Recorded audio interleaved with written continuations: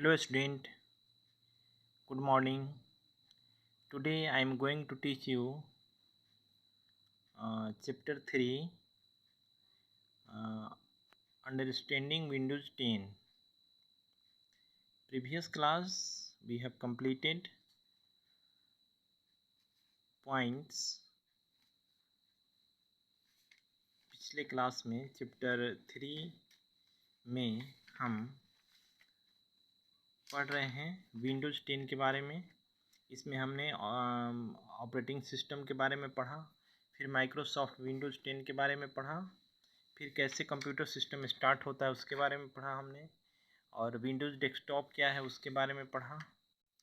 फिर आप आइकॉन्स क्या होता है, आइकॉन्स को कैसे सिलेक्ट करते हैं, और जब कोई फाइल डिलीट होता है तो वो कहाँ जाता है, रिसाइकल बिन में। रिसाइकल बिन के बारे में पढ़ा हमने। उसके बाद नेटवर्क आइकॉन्स के बारे में पढ़ा। उसके बाद टास्क के बारे में पढ़ा। टास्क के बारे में क्या क्या होता है, स्टार्ट बटन होता है, एक्शन सेंटर होता है, टास्क व्यू होता है। इन सभी चीज़ों के बारे में हमने डिस्कस किया। उसके बाद कोर्टाना असिस्टेंट के बारे में पढ़ा हमने, और उसके बाद हम वॉलपेपर्स के बारे में प्रीवियस क्लास में हम पढ़ चुके हैं। लेक्चर नंबर 13, 14 और 15, इस चैप्टर में 3 लेक्चर हुआ है। लेक्चर नंबर 13, लेक्चर नंबर 14 और लेक्चर नंबर 15।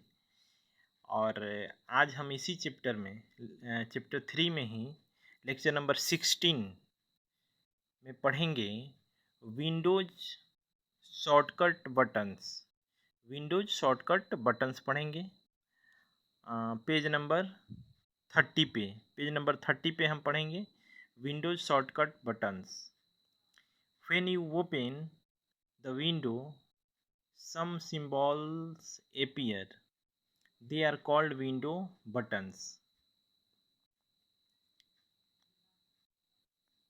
कहा जा रहा है कि when you open the window some symbols appear, जब विंडो को ओपन किया जाता है तो कुछ सिम्बॉल्स उसमें हमें दिखाई देता है। They are called windows buttons. ठीक है, तो ये होता क्या है, जैसे मिनिमाइज बटन होता है। After clicking this button windows sticks to the task bar. Minimise कहने का अर्थ है कि जब इसे क्लिक किया जाता है तो जो हमारा फिगर है वह क्या हो जाता है, छोटा हो जाता है, शॉर्ट हो जाता है। और restore down buttons after maximise of window, the maximise button changes to restore down buttons. It resize the window back to its original and previous size. ठीक है,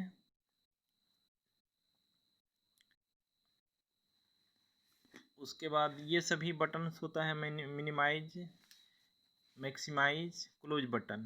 तो मैक्सिमाइज मीन्स बड़ा करने के लिए इसका यूज़ किया जाता है, और क्लोज बटन को स्टॉप करने के लिए, प्रोग्राम को बंद करने के लिए इसका यूज किया जाता है। उसके बाद हमारा है माउस पॉइंटर।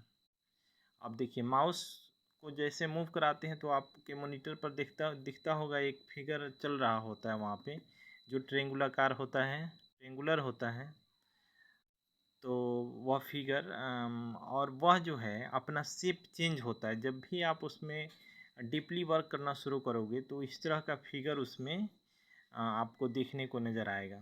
कभी वो ऐसा बन जाएगा, कभी डबल हेडेड एरो हो जाएगा, कभी 4 हेडेड एरो हो जाएगा, और कभी इस तरह का सिंबल वो का रूप ले लेगा। ये फॉर्म इसका चेंज होता है। तो कहाँ कहाँ पर ऐसा होता है उसको हम यहाँ पर जानेंगे। Mouse pointer is also known as tool selector और टूल एक्टिवेटर। इस लाइन को आप अंडरलाइन कर लेंगे।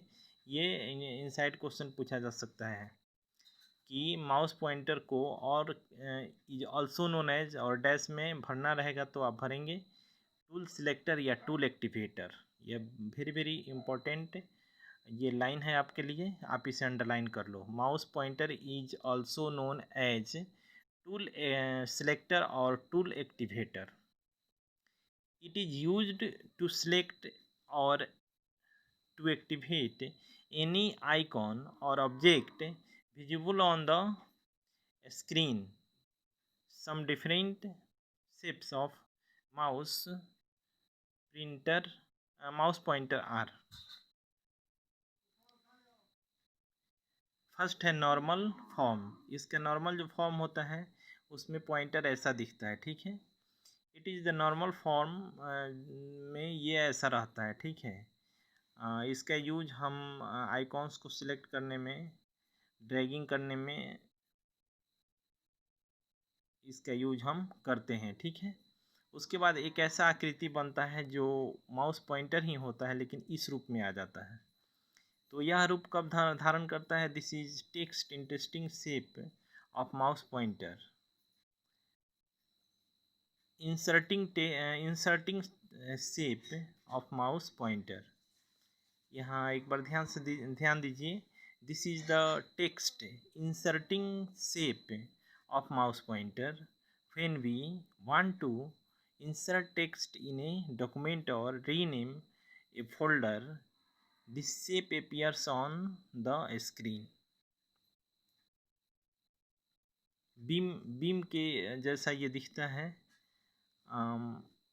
ये कहा जा रहा है कि when we want to insert text in a document or rename a folder, folder का रीनेम करने के लिए जब आप यूज़ करते हो तो उस स्थिति में ये ऐसा उसका रूप हो जाता है, ऐसा फॉर्म हो जाता है. और डबल हेडेड एरो कभी कभी दिखता है तो माउस पॉइंटर ही होता है लेकिन इस रूप में आ जाता है. तो यह कब आता है? Double arrow headed shape. Double headed arrow shape of mouse pointer is use to resize the windows and pictures.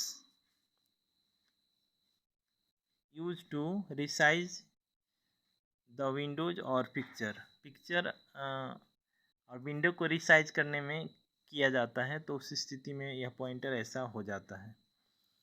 Four headed arrow shape of mouse pointer is use to move picture, icons और tool bars. यह भी है. ये four headed ऐसा बन जाता है mouse. तो ये कब होता है? जब आप आइकॉन्स को या पिक्चर्स को मूव कराते हैं तो उस स्थिति में ऐसा ये फिगर बन जाता है. किसका? माउस पॉइंटर का. और एक ऐसा आकृति भी बनता है जिसको unavailable shape of mouse pointer indicates that action you are trying to do unallowed. Unallowed मतलब अलाउड नहीं कर रहा है तो उस स्थिति में यह ऐसा शेप बन जाता है, ठीक है. तो इस तरह से ये जो शेप बनता है माउस पॉइंटर का, ये आप प्रैक्टिकली जब वर्क करोगे तो वहाँ पर आपको सिस्टम पर ये दिखेगा, ठीक है. तो ज़्यादा समझ में आएगा वहाँ पे. इस तरह से हमारा चैप्टर समाप्त हो गया.